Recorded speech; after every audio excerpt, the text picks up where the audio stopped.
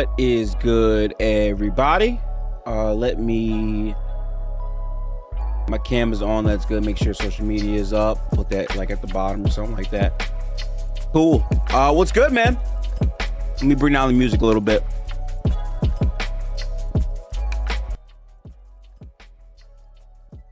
Hope everyone is having a phenomenal Friday night. I just got home and I just got off work.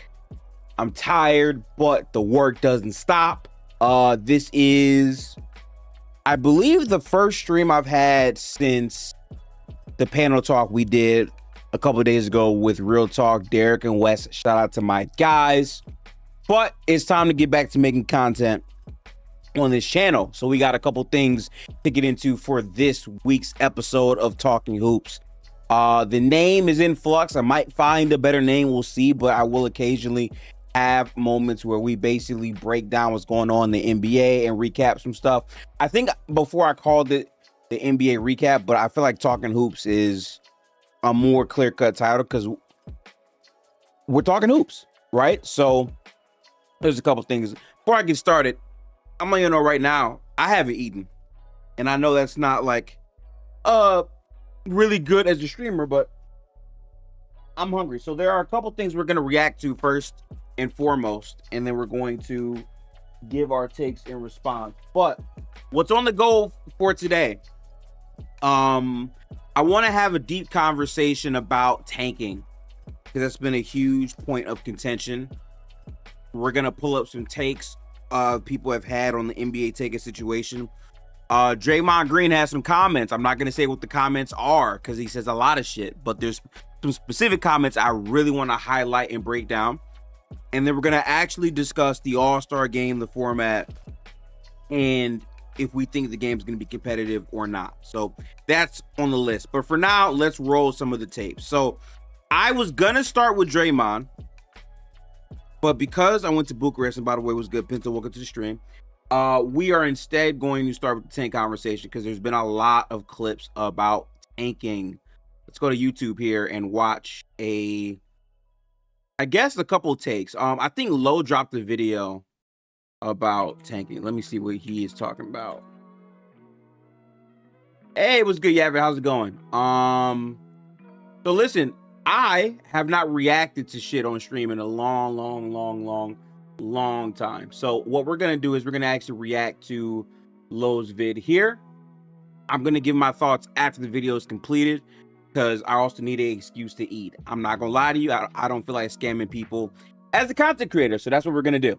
Let me go full screen here. Hang on. Is it in game? I think it's in game. Yes. Okay, cool. I'm gonna bring the music to a pause here. Let me pause the music. Okay, music is paused. And let's get into it. Oh, by the way, I thought I was already subscribed. I think that's on my second channel, Loki. These turning into videos, honestly, I might do that. I haven't really thought about turning stream content into personal, like, standalone videos, but we might do that. I'm just gonna react and we'll see exactly how Low is feeling about these things first and foremost. Let me know if you can hear the man real quick. I'm gonna go full loudness with this one. Hang on. Oh, by the way, always make sure that you like, comment, and subscribe. On this account, I seem to not be subscribed, so let's fix that. But let's go. So, like, my goal with this is to have an honest, in-depth conversation. Because, in my opinion, before the video starts, and again, my food is getting cold, but I like to, yeah. I think this is a very dumb conversation. I'm going to tell you why after the video is done. I'm curious about what Low says, so let's get into it.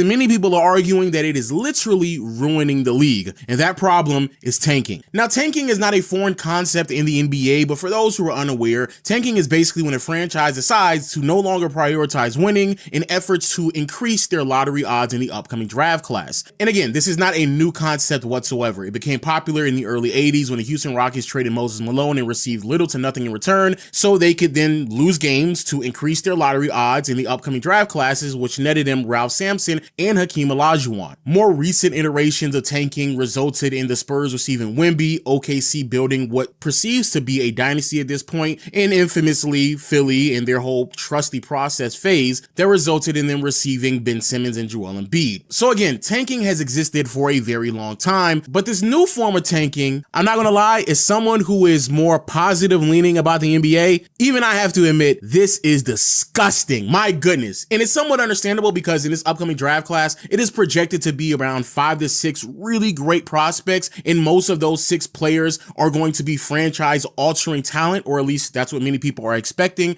And so of course, if you are a really bad team, you want to add that talent on your roster. But the way in which these teams are doing it, again, it is disgusting. And the 3 biggest, and I mean the most egregious offenders, are the Indiana Pacers, Washington Wizards, and the Utah Jazz. And the reason why they're so egregious is because unlike some of their predecessors when it came to tanking that normally traded away talent, so when they were trying to tank, they were at least playing players that they had to play. This time, however, at the deadline, all 3 of these teams added talent to their roster, effectively got better, and somehow, some way are finding ways to still play worse lineups than they were playing before the deadline. First, you have the Indiana Pacers. At the deadline, as many of us are aware, they picked up Zubac at the deadline from the Clippers. Now, have they played Big Zoo? Of course they haven't. For whatever reason, a team that traded away a young player and draft capital to go get a center that they desperately needed, they are for whatever reason deciding to not play him. Now, the reports, even from Big Zoo, was claiming that the reason why he is sitting out is because he's still not 100% healthy from an ankle injury that he sustained early on this season, which, to be fair, could be true. But when he was playing for the Clippers, he literally was playing around 30 plus minutes a night leading up to the transaction. So now a player that was playing 30 minutes a night all of a sudden isn't playing basketball games anymore. What makes things even more suspicious is that when he was traded, bro, the Pacers are like a week removed from the All-Star break where he's going to get an entire week worth of break. So you don't need to rest when you're about to anticipate a week worth of resting. Like, that doesn't make any sense whatsoever. Why are you now resting when you know you're going to rest even further? So sitting out Zoo could be true. He's probably not 100%, but going out there and not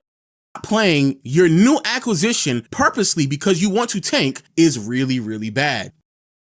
All right, so I want to say first things first. Shout out to the Kings for being ass. And I am sorry if I'm offending any Kings fans, but I think the most telling part about the teams he's highlighting is these are teams that are just, desperately trying to be terrible. The Kings are just flat out awful. And there is a difference between being a flat out awful team and a team that is tanking really, really terribly, right? There is a viable difference. And I realized my thing showed up again, my fault. Yeah, this is pretty bad, right? Me personally though, I'm okay with it. And I know that's probably not practical for me to be okay with this happening in the NBA. But in my opinion, tanking has been accepted by the NBA. Tanking has been a precedent that has been allowed. And all they've done is change the draft odds. So maybe it's a less exact science for you to get the best pick, even if you're the worst team. We've seen teams really be like bottom of the barrel and not get top picks. We've seen that. So it has been a activity that has been tolerated. And what you're seeing teams do, especially in this new cap era, is that they're using their assets and their resources to find ways to be bad. They just are. And right now, I think the Jazz are probably the most flagrant example of it. Not playing your starters in games that you're winning in the fourth quarter and then losing those games is flagrant tanking. But again, in my opinion, I'm fine with it because I feel like as teams, their goal is to be good. At least that's my opinion, right? And I feel like it's a competition for who's going to be the worst. And I know the watchability might not be high, I think, for the casual fan, but I think normally how it's meant to go is the best teams are the best teams. Then they fade away. They go to the bottom. They're aggressively bad.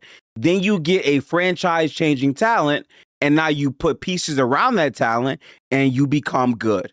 Ironically, the only team that has not been great in my lifetime, that's a part of the list Low is mentioning, would be the Wizards. And to be fair, they had John Wall at the very least. They also had the era with, I believe, Gilbert Arenas as well. But they've been pretty much shitty ever since then. And they made aggressive moves to make their roster better. But they also traded for 2 injury-prone players, which we got to talk about this too.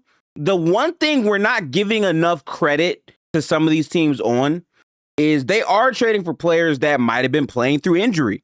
What I hate about the average NBA fan, and I might go full screen for this one. What I hate about the average NBA fan is that we will shit on players for not playing hard. We will shit on players for not playing back-to-back games. We will shit on players for their effort levels, right? But all through and through, there's literal data and sciences, by the way, enforcing these players to not play in games because of their injuries. And there's some players, a select few, sure, that bypasses and say, no, I want to play. No, I want to produce for my team so we can win and be a success story, right? And we give no grace to those players. So if they're playing bad, we just harshly criticize it. It's not fair. I think discourse around that has always been awful. And now you're in a position where these teams that clearly are going nowhere when they make the trade are letting these players rest and get fully healthy. I'm in support of that. I don't want to say, oh, you know what? Because I want Johnny, who barely watches basketball, to enjoy the 3rd Washington Wizards game he just turned on, you should play hurt, Trae Young. No, that's dumb. So rest him. I don't really care too much about that. And my whole thing is this. It will be a different conversation for me in terms of, like, I would say priority, right? If the worst team in the league, 100% confirmed, got the number 1 pick. It's not guaranteed. You can be dog shit ass, shitty ass, and not get the number 1 pick. The Pistons with Cade were some of the worst basketball teams I've seen in my lifetime watching basketball. Dead ass. Where Cade would be the only one on the floor who could actually shoot. The Killian Hayes and also Sekou Doumbouya era. My real ones in Detroit, no. It was bad. And that team turned it around. Now, granted, they weren't trying to tank. They were just abhorrently ass. So I understand the difference in that. But tanking is a strategy. Okay? At the end of the day, teams have to do what teams have to do to get players to make their franchise better. The league is ran on players. But that's my opinion. Let's continue watching the low video. Let me go back here.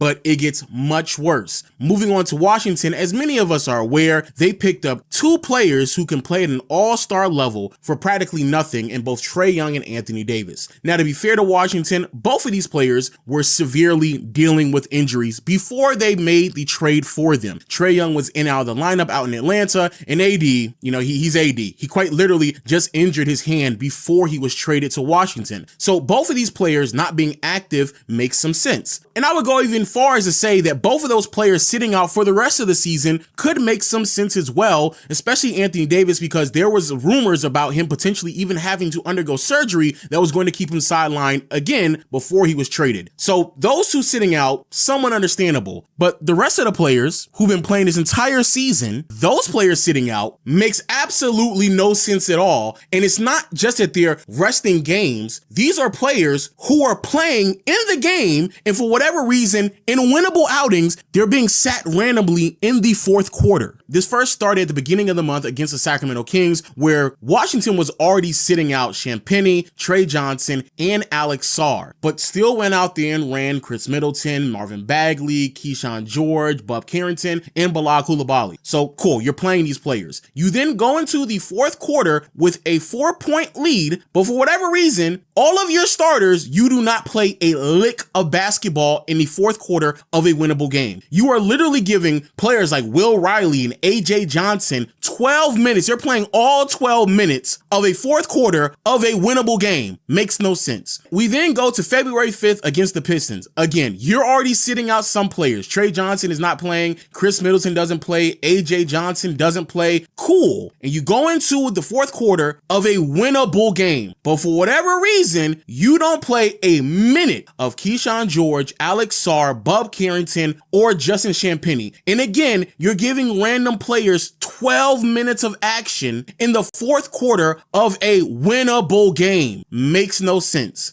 But the most egregious attempt at tanking is what happened just the very next game against the Brooklyn Nets, because the Nets are also trying to tank. So now you got to out-tank another team that's trying to tank, because both of y'all are having a tank off right now. And so now, not only are you sitting Trey Johnson, but to be fair, he's dealing with an injury, but you also decide, well, we're not going to play, we're not going to play Alex Sarr, Keyshawn George, Bilal Coulibaly. We're not playing none of them. And also in the fourth quarter, once more, you still decide to sit some of your better players, such as Champagnie and Bub Carrington, for the entire fourth quarter, just off of the sheer will that who knows if you're going to come back and win that game. So you sit them out as well. Do you know how ridiculous that is? Again, multiple games where you're going into fourth quarters and you're having nobodies, randoms, playing the entire quarter just because you don't want some of your better players playing in these games. It literally makes absolutely no sense. But in my opinion, all right, before Lowe gives his take, I'm going to say this.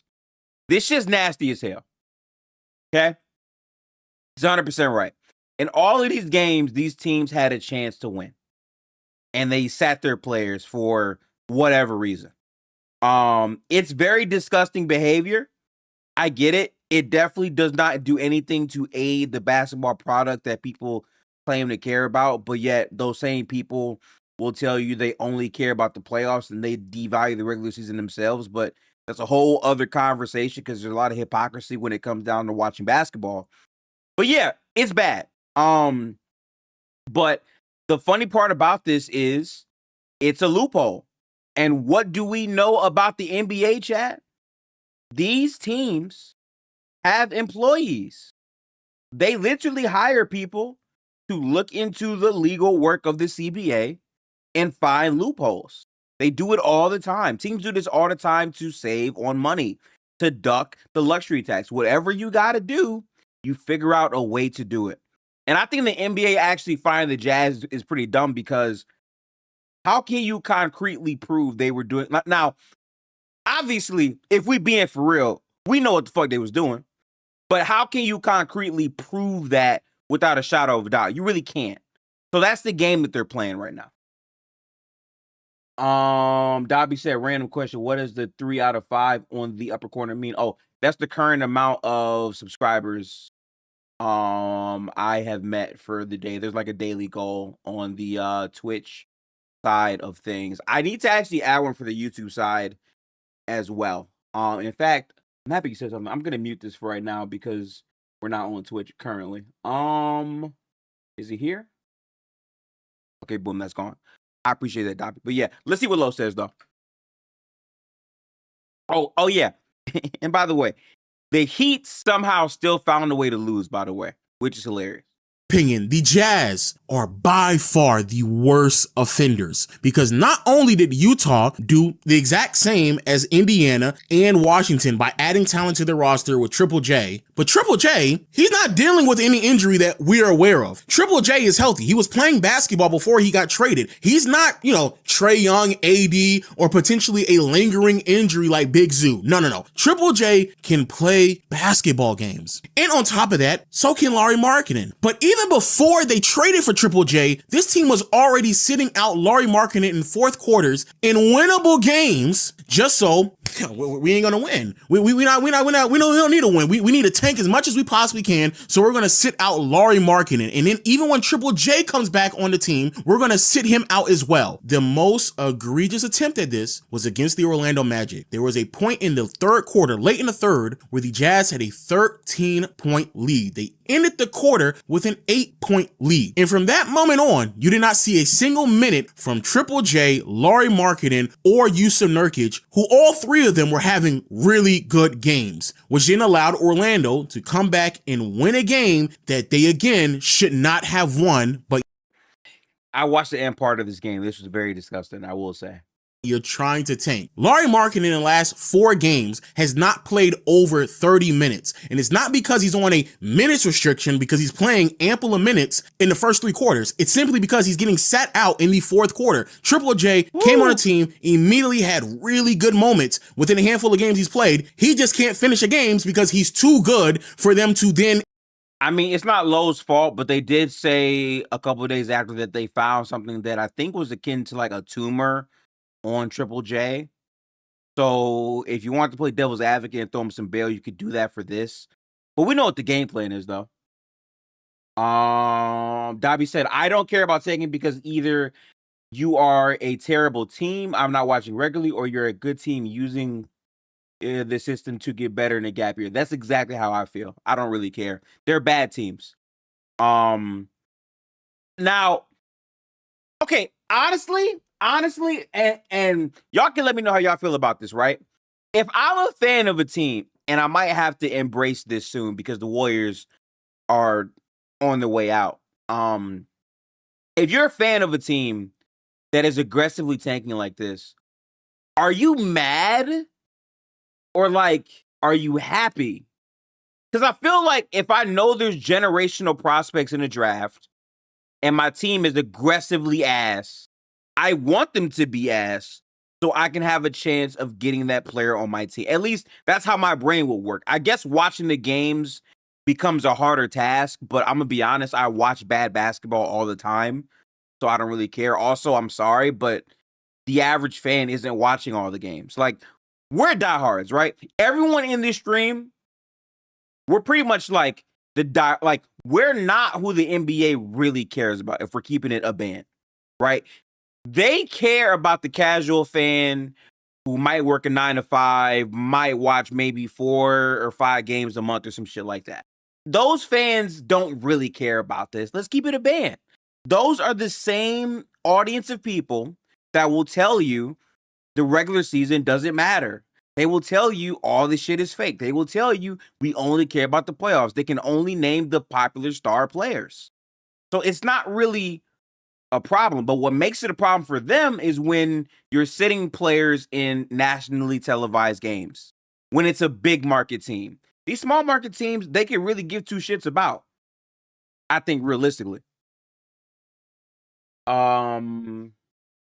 Okay, Emperor said Adam is better than me. I'm rigging the draft to give them something to complain about again. I really do feel that. No, Adam, I'm sorry to tell you, the NBA does not care about you, bro. Gifted Fry, Nikola Jokic. Why is Denver worse than him? His fan base told me he's MVP. Oh, that's rage bait. I'm gonna answer that later. I'm gonna answer that later. But let's get back to the video. I do want to hear what Lo got to say all the way. End up losing those games. Yusuf Nurkic just had back-to-back games where he's grabbing like 15 plus rebounds in the first 3 quarters, but they sit him out in the 4th because he's too impactful to winning. That's disgusting. This is not a, oh, they're hurt. This is not a, oh, I don't know about the minutes about these players. These are some of the highest paid players on the roster that are impactful to winning, but they are deciding purposely to bench them, not throughout the entire game, not in the first half, but exclusively in 4th quarters that are winnable. Winnable. It's disgusting, it's ridiculous, and quite frankly, it needs to change. Now, to add as much context as needed, because I'm pretty sure some people in the comment section are going to tell me about, oh, well, they're tanking for a reason. All understandable. Yes, this upcoming draft class, again, is going to be chock full of talent. Very, very talented prospects, understandably so. And also, these 3 teams in particular have to strategically tank because they gave up some of their rights potentially to this year's draft picks. You have both the Utah Jazz and the Washington Wizards, who this year's pick is top 8 protected, and if it falls outside of the top 8, Utah's pick goes to OKC. None of us wants to see that. And then the Wizards pick will go to the Knicks. None of us want to see that either. See, bro, I might be a hater, chat, but like dead ass, I want that though. I don't know how y'all feel about this, and people are gonna probably tell me I'm glazing, but dead ass, like I want to see these teams fail and reward a good team with a high draft pick. I want OKC to get the number 1 pick. I don't care. And the reason why I don't care is because I want the brilliance of your team if you were a savvy GM and you made the moves to get these picks in advance, I want it to be rewarded. I'm sorry. I want a good GM to get good results if you make good moves. So like I'm never rooting against the better team getting these picks. It is what it is. You made your bed, you're not gonna lie in it. At least in my opinion. I don't know. I think tanking is necessary for the top 10 of the league to not always be the same. Bad teams deserve a chance to become mid. I agree with that. That is true. Will Hardy looked excited to win ball game this year. Yeah, the Jags are not a bad team. They're just choosing to be severely bad. They're not that great, but they're not that bad either. We know that. And because of how everything kind of unfolds, if you are a team that has a top 8 protection, then you want to make sure that. Oh, by the way, just so you know, I'm not ignoring your chats in real time. Unfortunately, there's like a 10-second delay, so I'm seeing the comments come in a tad bit later. I'll try to respond through text as well as you watch. I'm almost done eating here, and then after this, we'll get to our next conversation piece.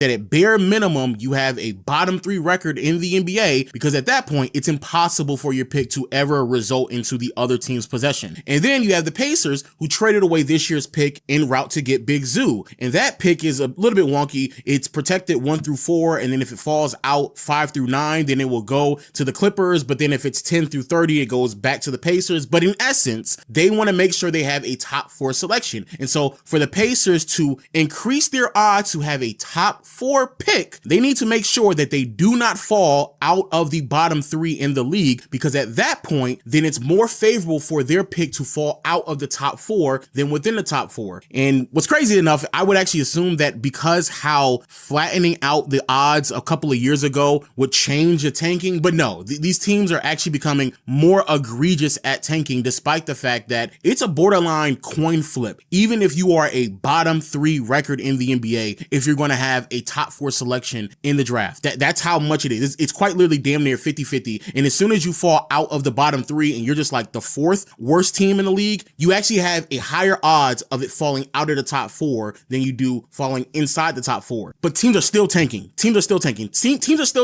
despite the fact that there's been 2 teams recently since they changed the odds who are playing teams who end up with the first overall pick in both Atlanta and Dallas. The fact that almost every single year, if I'm not mistaken, a top 4 team fell out of the top 4, and the fact that you can sit here and have as much protections as you want, but there is still a real likelihood, a damn near 50-50 likelihood that your pick is going to fall out of the top 4, and they're still tanking to ridiculous levels. So now you got to change the rules. It's getting too egregious at this point. So what exactly can the NBA do? Because I don't want to just sit here and complain without giving you at least some advice to Adam Silver or what I think should be done.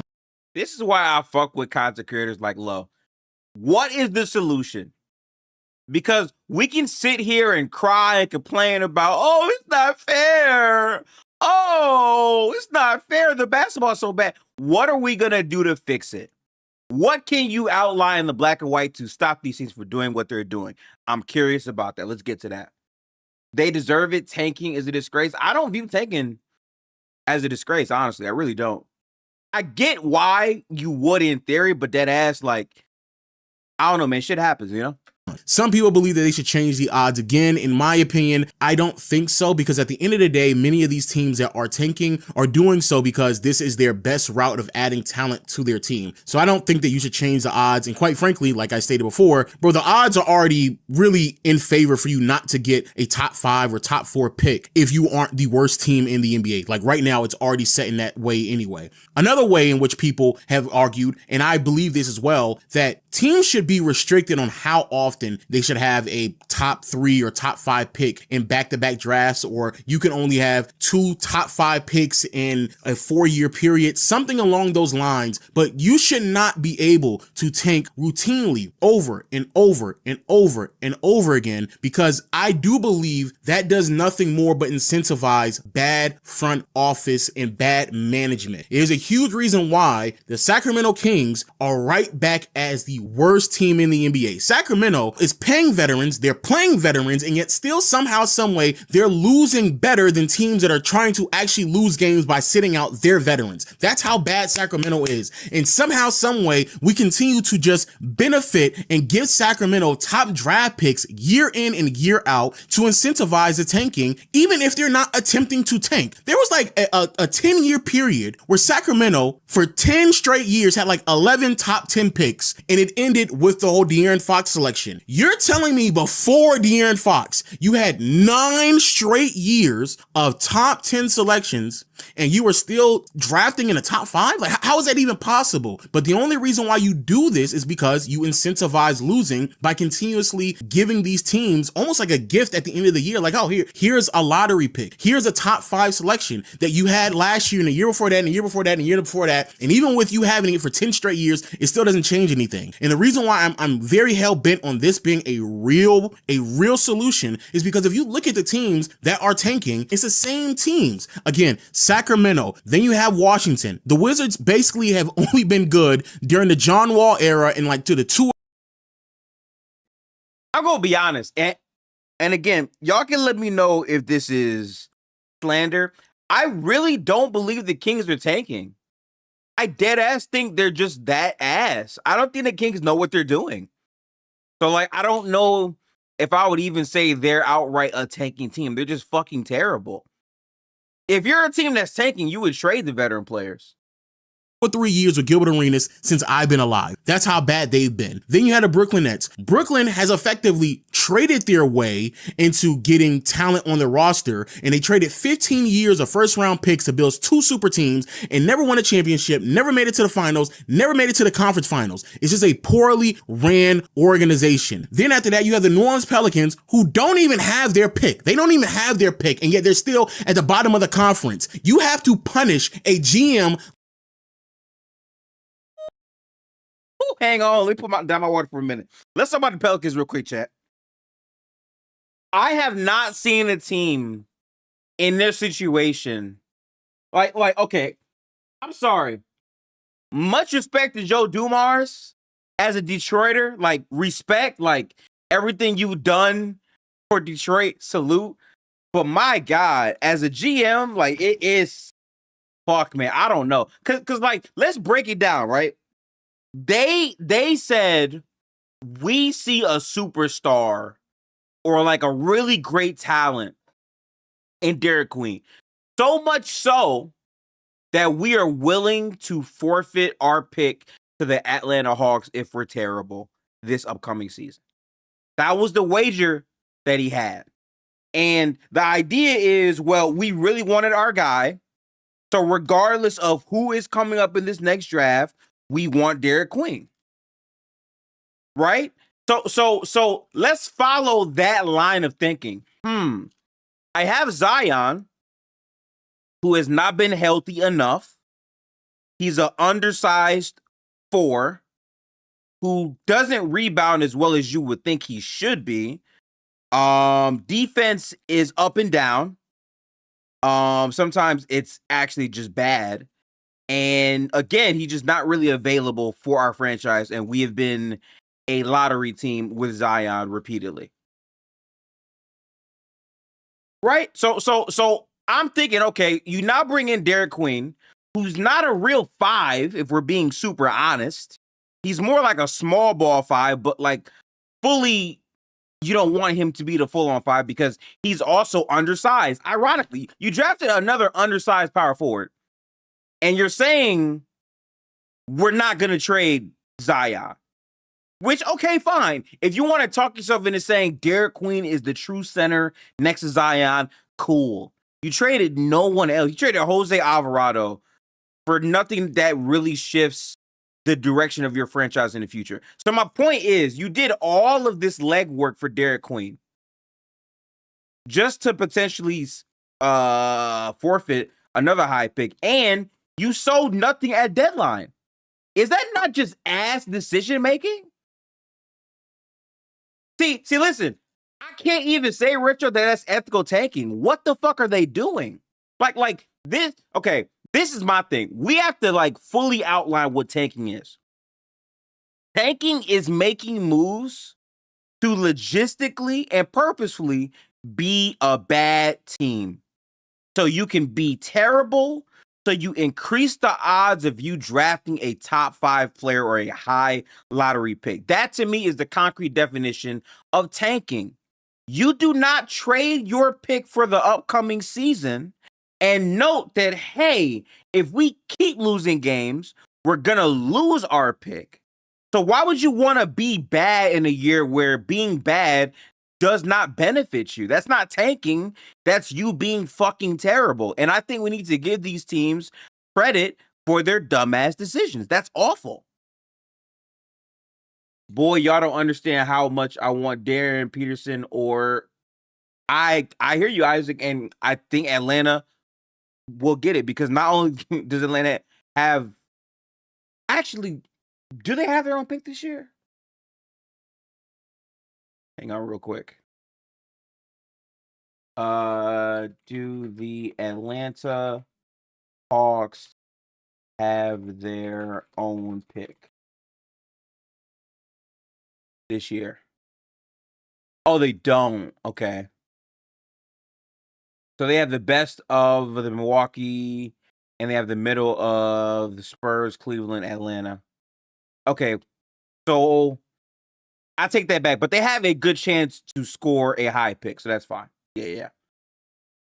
Like Joe Dumars, who traded away his pick last year and did it unprotected. And then during this deadline, instead of going after there and trying to get a draft pick in this year's class, sat there and told all of us that a 13-win team is really a playoff team and all of his assets are practically untouchable unless you're willing to give him 3 first-round picks and a young player on top of that. You need to punish someone like that. You cannot allow that man to draft year in and year out again in the top 5 selections. But I do believe, in particular, what Indiana, Washington, and Utah are doing, they are cracking the code. They are allowing themselves to add talent on their roster while also gaining talent as well. And in this new CBA, any team that has the ability to add talent on their roster at a very low price point, bro, you are immediately expediting the process of you becoming a contender, because now you get to have a player on your team that can play at an all-star level. But if he's still in his rookie contract, you can then fill out the rest of the roster, which then would justify giving someone like Triple J or Larry Markkinen the amount of money that Utah is planning on paying them in the upcoming years. Similar can be said about having Pascal Siakam and Tyrese Halliburton on your roster. You can get away with having that much high-end talent as long as the rest of the roster is budget-friendly, is budget-friendly players. And the best way to get a budget-friendly player is by drafting a player in the draft that can contribute practically immediately. It's strategic, it's understandable, but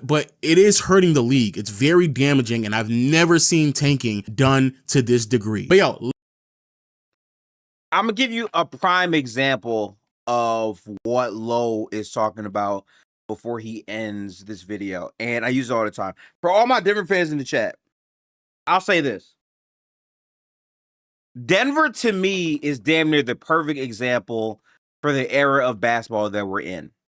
Drafting a player like Christian Braun and him being able to be a rotational player on a rookie scale contract was a huge piece that helped you win a title. Now, I'm not saying he was the first reason why you won, or the second or the third, or even the fourth, but like the idea that you can draft a player that is more talented than what his current contract has him at, and you're getting more value out of him than what you're paying up front, that's the era that we're in right now. You have to have players basically either performing to the standard or overperforming their contracts to get the best value and to have depth. That is the era of basketball that we're in right now. And that's what these tanking teams are trying to get. Really good players who can outperform their first year contracts and win for you. That's the goal, right? Prime example, Spurs are able to do all this crazy shit with Fox, Harper, all this stuff because Wemby is on a rookie scale contract. When they have to pay Wemby and pay all of these other players, it's going to get difficult. Let me know your thoughts in the comment section below, especially if you got any solutions that are better than mine. Also, hit the subscribe button, notification bell, so you can be updated on this channel when I upload. And until next time, either I'll see you later or you can watch this other video that I have on the screen. Peace. All right. All right. Salute to Low. So here's my full, unabashed thoughts on the tanking conversation. You people are bored. Gonna be honest. Gonna be brutally honest with you. People are very bored. No one really cares. People only care about this because it's a topic of debate, because the way it's happening is disgusting. Can't lie. The methodology of it looks worse, but multiple teams do this year in, year out, and no one really cares. The way that they're doing it is so abrupt and so obvious and so in your face, it becomes a talking point because of how egregious it looks. And the look of it is why this is a conversation. But in reality, there is no real finite answer to fixing this. Even Low, as articulate as he was in this video, did not give you a clear way to fix it because it wouldn't be fair. I've heard people say, you know what? Tanking teams, they should all play at the end of the season, and whoever wins, let me walk you through how much of a dick suck answer that is, right?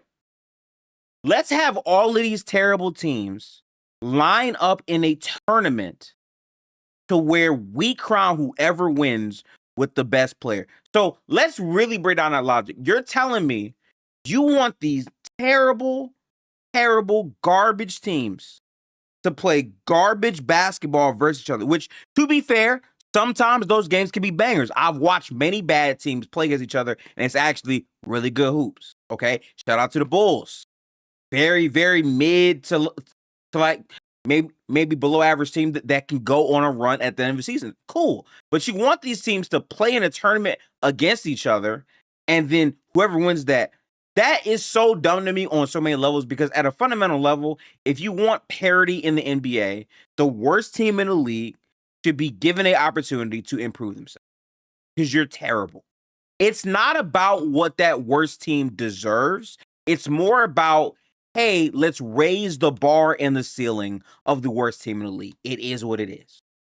That's the goal every year, to like not have the worst team be worse than what they were before. That's the idea of it. And I've heard other people say, well, maybe the draft should go completely. That's a bad idea, because all of these small market teams, y'all, who are not the Lakers, the Celtics, or whatever, they now have to save budgets of their cap to go get these players. And you know, the Lakers, the Clippers, we know that there's ways to circumvent the cap, which I ain't gonna lie, Steve Ballmer, after this All-Star game, which we'll get to, y'all are getting investigated. The feds are doing a sweep. I don't know what's going on with the aspiration shit, but there's a lot that happens in the NBA, and a lot of it is not to the benefit of a small market team. It's just not.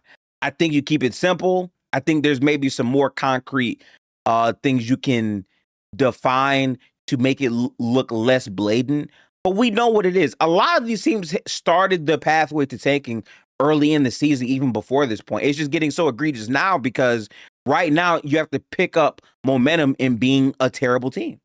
It is what it is. Won't the teams in this hypothetical tournament throw anyway to protect their jobs? Well, no, because ideally, if you're in this hypothetical tournament, whoever wins it gets the number one pick. So you would want to win this because you would be getting the best asset to make your team better. Now, unless you're saying you want to be bad on purpose to have job security, I mean, that sounds good, but there's also some teams that just cut bait pretty quickly if you're just a really bad team, because changes have to get made because the NBA is a business. You know. But anyway, that's enough on the tank, I think, conversation. My bigger point I want to launch from with that is how disingenuous people are, because these same people who are so mad at bad teams being bad and tanking are the same people that tell you the regular season don't matter. Y'all are the same people that don't care about the Hornets playing the Trailblazers on a Tuesday night. you don't care about that game. You're the same person that doesn't watch basketball before February, before March, before All-Star break. Y'all are the same people that tell me time and time again, regular season doesn't matter. But then when a team that was not performing in the regular season doesn't perform in the playoffs, it's a problem. In fact, I'll give y'all a prime example of this. And this is one of my favorite NBA examples, y'all. I want y'all to guess. I'm going to give you 10 seconds real quick to guess. It's the delay, so I'm going to let it cook a little bit. The number one example of this would be when niggas picked the Phoenix Suns with Bradley Beal to beat, if not sweep, the Minnesota Timberwolves. That's right. I don't know if people remember, the whole talking point is, oh my God, Devin Booker, Bradley Beal, Kevin Durant, they're going to be this unbeatable, unstoppable team. But then in the regular season, Minnesota was a better team. I know the Suns beat them in their individual matchups, but we all know that outside of that, structurally as a basketball team, they were better the entire year. So then they get into the playoffs and they're all talk about, oh my God, Rudy Gobert drop. He can't guard on the perimeter, all this and all that. Didn't matter because the Wolves were a better defense, generated more possessions, took more three. Like the actual basketballness of it all showed up in that series. But those same people are shocked by that because you didn't watch regular season basketball. So my point is, a lot of these talks are not rooted in genuine talking points. It's just dumb, bad takes spouted continuously over and over and over. Uja said I was not one of those people. I knew the Suns team. So exactly, you knew, but a lot of those people don't. But these are the same people that are impression farming on Twitter over tanking when they know they don't care. Is my point. I just want people to be honest and genuine. You don't care. You're bored. You might not watch other sports. They just ended football. College basketball is about to pick up. You're probably just bored. Because that's what happens. This is the time where there's not much to really talk about outside of basketball. So you zoom out for shit to talk about, in my opinion. But yeah, let's move on. Because I have something else I have to play you. Draymond Green made some comments, and y'all know I'm a Warriors fan. For those of you that don't know, I watch Golden State play basketball. No, I do not put bleach in my eyes. I watch it sanely and soberly. I probably shouldn't, but I do. And Draymond had some comments. I'm not gonna tell you what the comments are. I know exactly what they are. And I'm gonna just say this much, bro. The irony in it is hilarious, so I had to save it. I want to get the full clip, but I don't think I'll be able to track down a video, so I'm just gonna play it. The quality is gonna be ass because this is from Twitter. Shout out to Elon Musk. That's a terrible app. Let's share it. Cam Thomas signed with the Bucks, and unfortunately for Cam Thomas, the type of player that he is, the value of that player right now today is probably at its lowest that it's ever been. And so Cam Thomas, who averages 24 points a game, gets waived because a trade doesn't happen. And, it's really guys who score the basketball at an elite level but does not quite compete on the defensive end, they're just really losing value in this league of guys that is everything's fast in this league. Everybody's trying to get downhill. Everybody's playing off closeouts. Everybody's live. When you're on the court today, you used to have guys they catch the ball, you ain't got to worry about things drop. Everybody who catch the ball today is live. And I just think it's made it tougher for those guys who don't really lock in on the defensive end, but score the basketball. It's made it tougher for teams to play them. And so Cam Thomas gets waived, averaging 24 points a game. And it'll be good to, important for him to try to go figure that other side of it out over the course of these next 25, 30 games that he's in Milwaukee, Okay, so let me tell you my problems with this. And I want to preface this by saying, contrary to popular belief, I don't think Draymond is dumb. I think Draymond is very smart. I think Draymond is very intelligent. I think there's aspects of what he does that veer from that path, of course. But let me tell you the funny part about this clip. I used to be one of these people where I just highlight defensive liabilities. Because to be fair, if you want to construct a team to win basketball games, you can't really have many players that are deficient on defense. You can't. Having liabilities is not ideal. But you want to know what's funny about the word liability? In basketball, liability doesn't just exist on defense. There's such a thing as offensive liability. And the fact that Draymond is highlighting the player archetype of a Cam Thomas, a guy that is like 6'3", 6'4", not a great defender, can be a elite scorer, is one of the best offensive players in the league overall, and yet that archetype is going away. Yeah, that's true, right? That's a fair thing to point out. But I guarantee you, the archetype that's really dead, if we're going to really talk about it, and there's some teams that still have this type of player, the Andre Roberson archetype, the Tony Snell archetype. You feel me? Guys that play nothing but defense and can't do shit offensively. Those are called offensive liabilities. And what we've noticed more and more and more, if you can't shoot and all you can do is defend, even at a high level, your minutes will get limited more than a defensive liability. It's just true. And like I'm a guy that thinks offense matters more than defense. I'm not gonna lie to you. I think offense is more important. I've actually always felt that way. There are some people who think defense is more important. Here's my take. You need both, obviously, to win. I don't want to like be I don't want to be mid about this. Like, you need both, of course. But offensive liabilities can crater everything you're looking for as a team offensively. And there's enough talent in the league to make up for weaknesses defensively if you're a competent offensive player. That's kind of where we are, right? And I used to love these defensive players that even though they couldn't play any offense, they could really lock up. Cool. But guess what I realized, chat? These players are so good that even if you're Tony Allen or whatever type of defensive guy you want to be, they're able to get to the free throw line.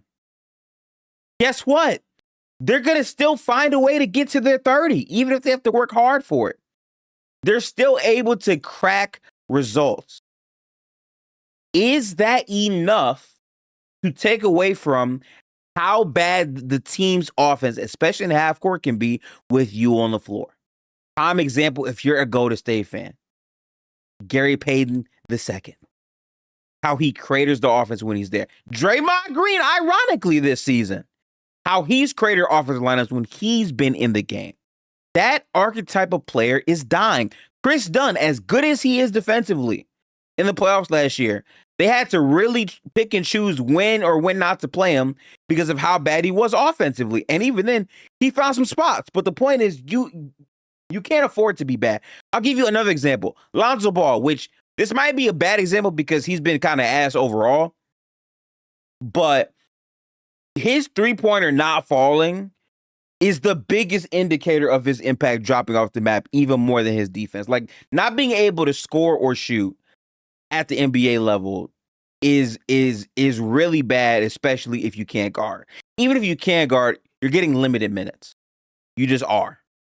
And there's enough size out there to make up for your deficiencies if you can be a really get-to-it scorer. And my issue with the Cam Thomas discourse, and I know a lot of Nets fans are going to be butthurt about this because I had a ton of Nets fans in my mentions screenshotting Cam Thomas's game last night, I believe, versus the Bucks, where they won by like 1,000 points and he was, I think, 5 for 13, trying to victory lap because I had a tweet saying, I can't believe the Nets waived him. Yeah, because you could have got value for Cam Thomas before this. If the Nets had traded Cam Thomas like the season after they got rid of Kyrie and KD, they could have got way more value for Cam Thomas. They didn't move him. Tough on you. Tough shit. Okay? The fact that you let it wait to a moment where his value got trampled that low. You limited his minutes to be right under 25 because you're tanking. You eliminated his value, so you just waived him.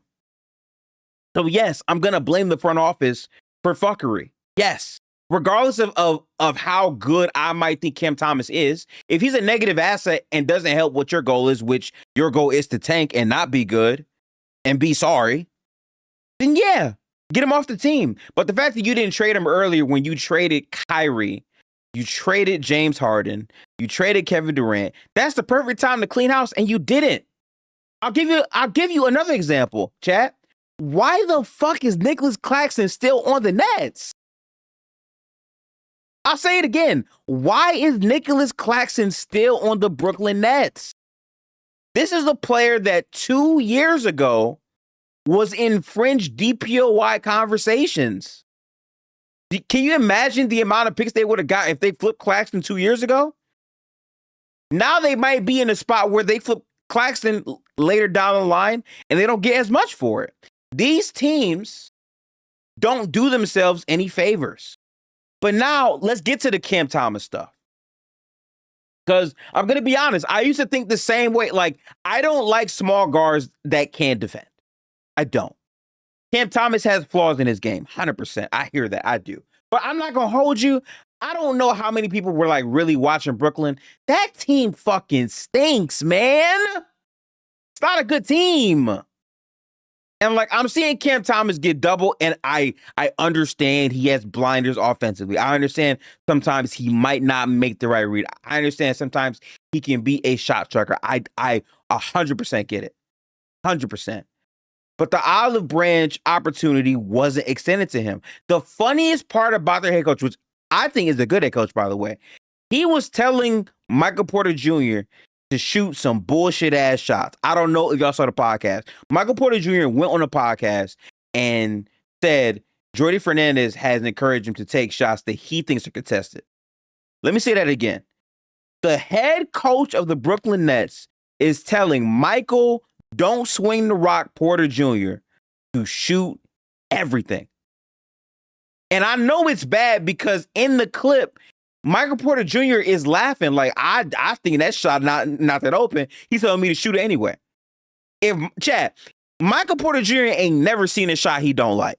If Michael Porter Jr. is telling you that's not the shot and you're saying shoot it, that's crazy. But that same level of confidence or charm wasn't given to Cam Thomas by Steve Nash. Wasn't given to Cam Thomas by a Jordi Fernandez. And yet, despite all that, he was still breaking records. I don't know exactly what the records are. I actually want to Google these real quick because he's already set some crazy ass records for his age. Hang on, Cam Thomas scoring record. I just want to see what this shit is right now, just real quick to make sure that I'm not bugging.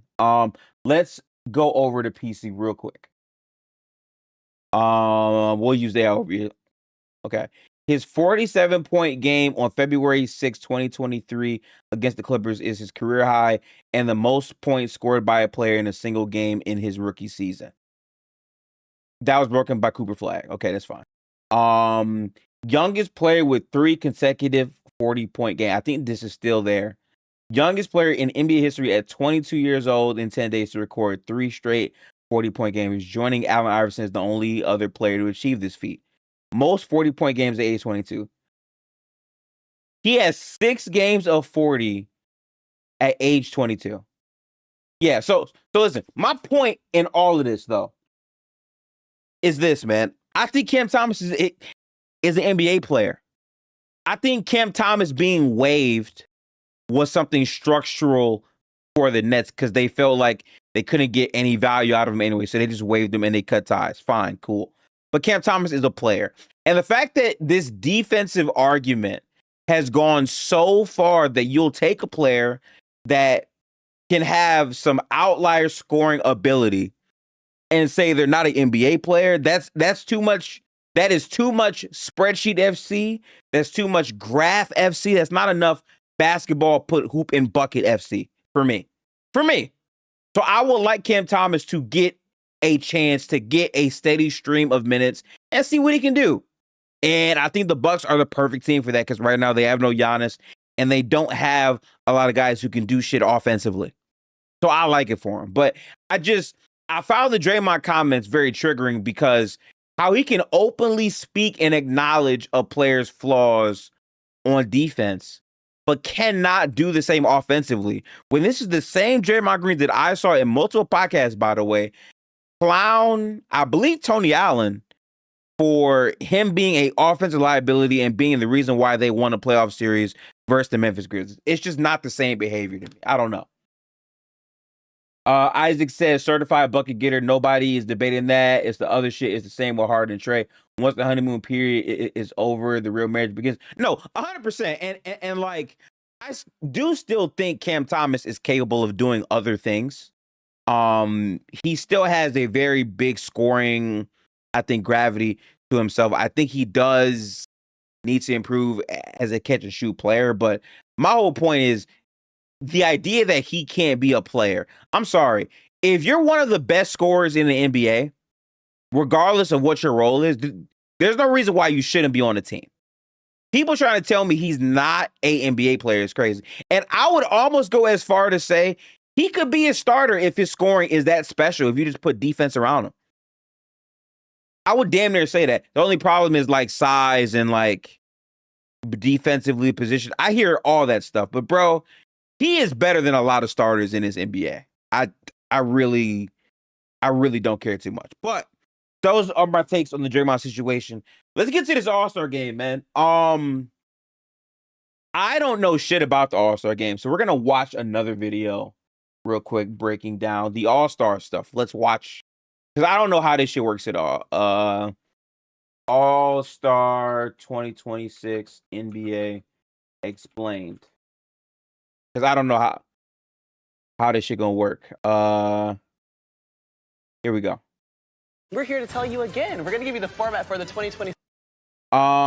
Hey, it's Lean 8049 said, do you believe that the reason for Cam's playstyle is because he had to defer to KD, Harden, and Kyrie so when he got the ball, he put it up? No. No, I don't believe that. And the reason why I don't believe that is because Cam Thomas has always wanted to be a bucket getter. He's always wanted to be a guy to really score the basketball. That is his strongest trait and asset. So I genuinely believe that's his play style as a player, to be really aggressive with it. But also, it's like, that's a part of it. Like, he couldn't see as many minutes because of what they were trying to do. But his scoring skill set is so above average, it's hard for me to see him not be a real player. And I can understand his feeling if, hey, I've been able to drop 30s and 40s as a very young player. I mean, he's not even 26 yet. My problem is, like, we give so many worse players grace with their age, but that same grace cannot be afforded to Cam Thomas. I think that's ridiculous, at least in my opinion. Isaac said we need to pivot to a 3v3 style all-star matchup, force the players into a competitive environment. 1v1, I think we're too far away, but 3v3 could work. Yeah, I think 3v3 could actually work. I'm just curious about the NBA player involvement because a lot of them act like they're too cool for this shit, but I don't know. We'll see.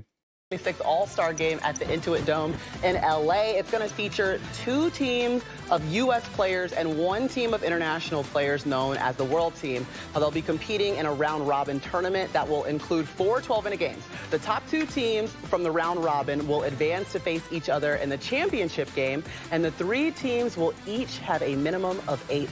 I ain't gonna lie, she talking way too fast. I don't know how y'all feel. She talking way too fast for me. Slow that shit down, bro. We're here to tell you again. We're going to give you the format for the 2026 All-Star game at the Intuit Dome in LA. It's going to feature 2 teams of U.S. players and 1 team of international players. So two USA teams, the A team and the B team. I'm assuming the A team is going to probably be like more of the better veteran players from the U.S. and the B team is going to probably be some of the more younger players, in my opinion. That'll probably be what it is. Known as the World Team.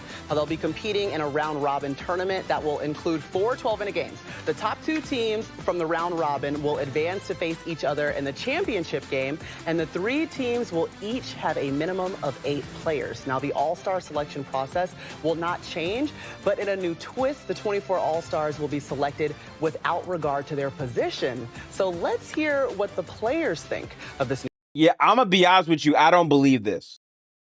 Oh, I still don't believe this. I'm sorry. Much respect. The other thing that I hate about the NBA is the way they change the criteria. You cannot convince me that Pascal Siakam made the All-Star game. How do I say this without getting canceled? Him being an international player helped to make the All-Star game. Because what I remember the conversation was 2 years ago, by the way, LaMelo Ball didn't make the All-Star game. And the main argument for why LaMelo should not have made it is because he's on a very bad team and he's not a winning player. That was the conversation, right?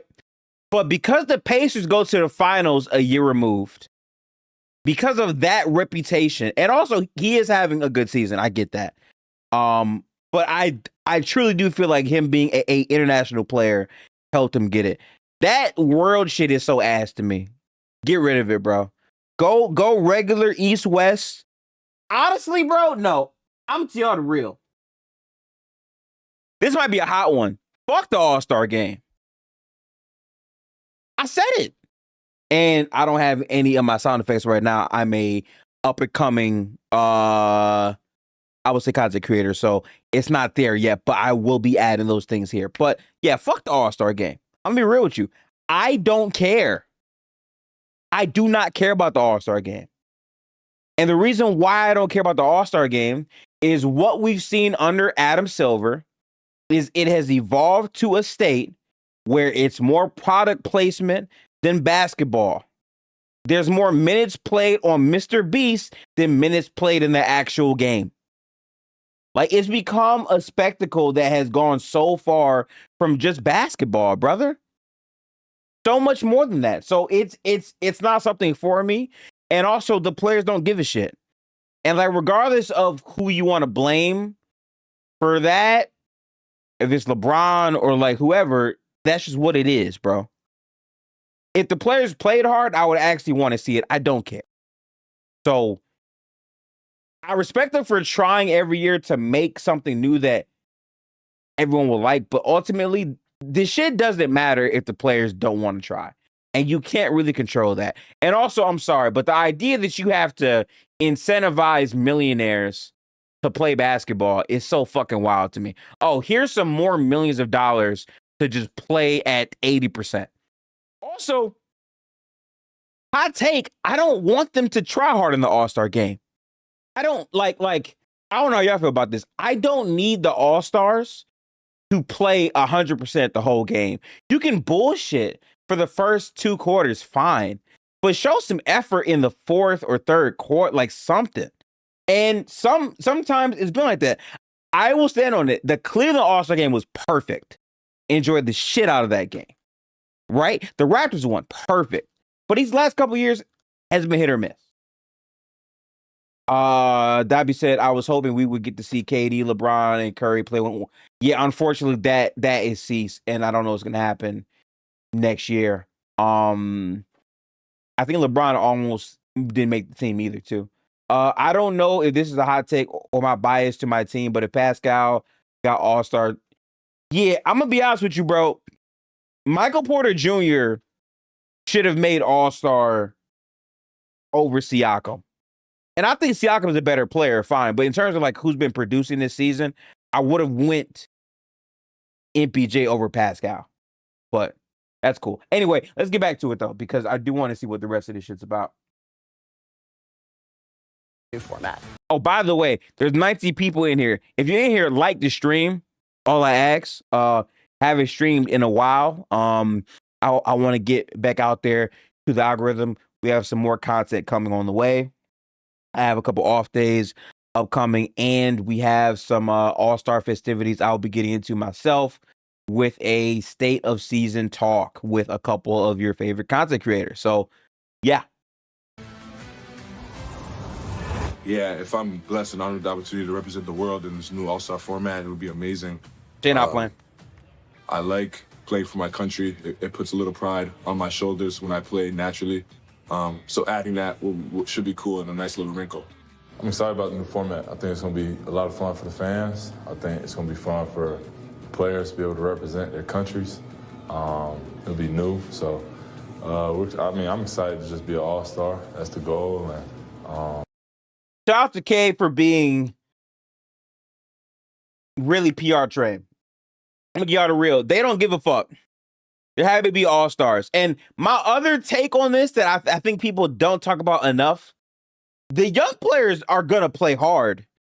But what was happening in the past is young players were making the All-Star game and then playing 3 to 4 minutes the whole night. Like, the older players were the ones not playing hard. The young players normally played hard, unless you're like Luka. He was on some bullshit, but you know. to be on that stage is always a pleasure.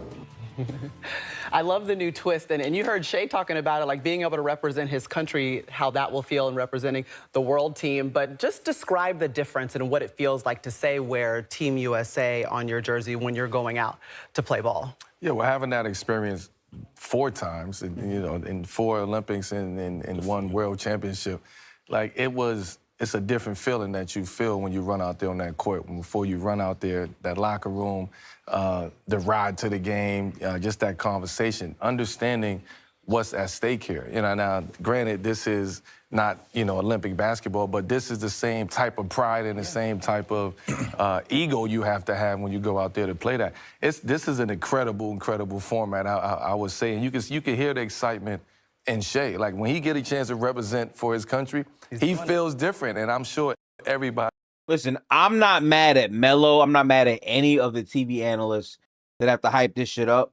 The truth is, we just want a good All-Star game. So if that means it has to be World versus USA, round robin, whatever it is to accomplish that, supporting it makes a lot of sense. So I'm not mad, but I'm not buying this shit. Yeah, I don't think Jokic cares at all about this shit. Everybody else who have that opportunity would feel the same way. It's nothing like putting that jersey on, and when you look down, you see USA on it because you're playing for your country. And regardless of this format, USA, A and B, you're still representing your country because you lose this game, they're going to say you guys lost to the world. You know what I'm saying? So you're representing your country, not only yourself. So, same thing in playing Olympic competition. It's like, I'm going out there to represent. And at the time, we're sorry, Melo. No, I'm over here. No, what I'm saying is at the time is, I remember playing for Team USA. It was like, we don't want to lose. We want to go out here and continue to dominate. Absolutely. And the same thing for, the 4 times you've done that. So I think this will translate into that pride. And man, listen, I'm going to tell you this right now. This shit is posturing. Let me show y'all the real shit, though. I don't know if y'all seen this. I saw this, and this actually got me excited for the All-Star game, chat. Look at what Kevin Durant said about this shit.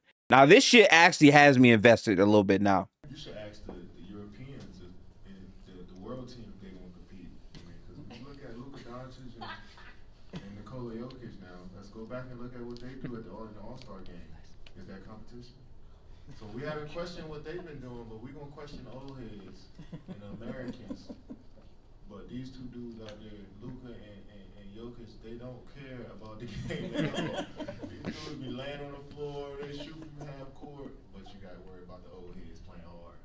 I can read between the lines, bro. And I'm just thinking a lot of times, I'm just saying that I can read between the lines. And it's not just about you, it's just an overall topic that everybody's talking about. You just have to ask me that question. You should ask the... I love the way Katie responded here because regardless if you believe what he's saying or not, calling out the people that don't give a fuck about the All-Star game before the All-Star game is played is so cool to me. And guess what? That might not change shit about how they feel. But these motherfuckers be making the All-Star game. But I'll say this. What's a little disingenuous from KD is to call out Jokic and Luka is fair, right? That's valid. Are we going to act like we didn't see Anthony Edwards take all left-hand layups and just bullshit in the All-Star game too? Like, there's a lot of people not trying in the All-Star game. Gifted, if Steph wins a chip this season, do you think he belongs in Go Convos? I mean, it doesn't really matter because if he were to win anyway,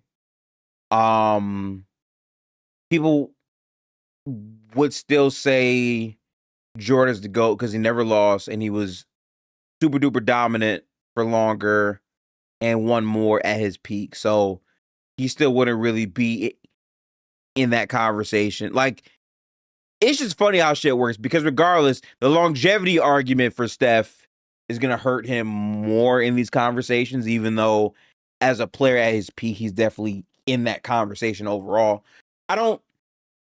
It's a very limited conversation. So, like, plus, this team's ass. I'm sorry. We're not winning a title this year with GP2. It's not fucking happening. Plus, salute. Adam asks, will the All-Star shit be on Peacock? Oh, fuck. Oh, Adam. Oh, you just reminded me. Oh, God. It might be on Peacock, bro. Yo, that's the one thing that I hate the most about this league. And I get it, bro. Adam Silver be trying to get to his bag. Respect. Listen, respect Mr. Silver. I know you want to get my money, but I'm not buying Peacock, brother. I'm not. I don't know about y'all. I'm not buying. I'm not buying it. I'm not folding. It's not going to happen. But my God, bro, this shit is disgusting to me. I don't know, man. I hope it's accessible. If not, I probably just won't watch it. Maybe until the fourth quarter. We'll see. But I'm here to like rest and relax, honestly. So I'm chilling because I'm off Sunday, Monday, Tuesday, and Wednesday. So I'm chilling. But I forgot all about Peacock, bro. I truly did. Real Talk is Me said what KD said was not wrong. Jokic always gets away. Yeah, he literally never tries in an All-Star game. And I just think as good as Jokic is, like, I kind of just wish, and again, I know this isn't realistic because the NBA has to make money, but dead ass, get rid of the All-Star game. I don't care. I don't watch the shit no way. It's not like terribly entertaining. I would rather these older players have that time off anyway. I don't think we need it, but obviously there's a product they have to market, you know, so. Stop respecting bag chasing, respecting the hustle only makes him hustle more. No, you're right. You're 100% right. I shouldn't, but like, I never get mad at the transgressor for taking advantage of people's stupidity. And that's what Adam Silver has relentlessly done. And I more so get mad at people who engage in that buffoonery. You get what I'm saying? I comfortably think Shea is better than Jokic. I mean, I understand your opinion. I think he's been very, very good this season. Played more games than Jokic. I think he's been clearly at the front of the MVP conversation for a reason, but it's a conversation. So there's that. But yeah, so all in all, we hit our 3 topic conversations. If you missed it earlier, we spoke about the tanking conversation, which is a funny convo. We reacted to Lowe's video. Again, shout out to Lowe. Make sure to subscribe to his channel. We broke down the All-Star game, which 3 teams could be cool. The young teams are going to probably try harder, which should make it way more competitive. Wemby said he's already on that, like he's really trying to compete and get to it. So I'm happy for the prospect of that. There's a lot of players who are hurt that aren't going to make it. So a lot of the replacement All-Stars should actually play super duper hard. So I do think this will probably be a good All-Star game. Do I want to see this format again? Probably not. Ideally for me, I would like to see a 1v1, but I know that players might be bougie about actually playing 1v1. Plus, televising ones is going to be harder to do because you need to have. It's just a lot of shit that happens in ones that don't look as cool if it's, I think, nationally televised. Although I would like to see it. Gifted, can you name your list of current players you take in a playoff series? In what sense? In what sense exactly? Yup, it's on NBC and Peacock, and we will be on Stream East. Salute to Stream East, my brother, because I am not purchasing Peacock, especially not for no damn All-Star game. That's not happening. So no. There's a couple of high-end players in the playoff. If it's number one options, I would say Jokic and Shea is pretty much 1A, 1B. Giannis is up there. Low key, and this is going to be very unpopular because of who we know the player to be, but overall, Anthony Davis, just as a playoff performer, is pretty solid, but I can't trust the health in the playoffs. I do think there has to be a sense, I think, where like you have to be realistic about the players and their health. Name your top 8 players you take in one playoff run. Jokic, SGA,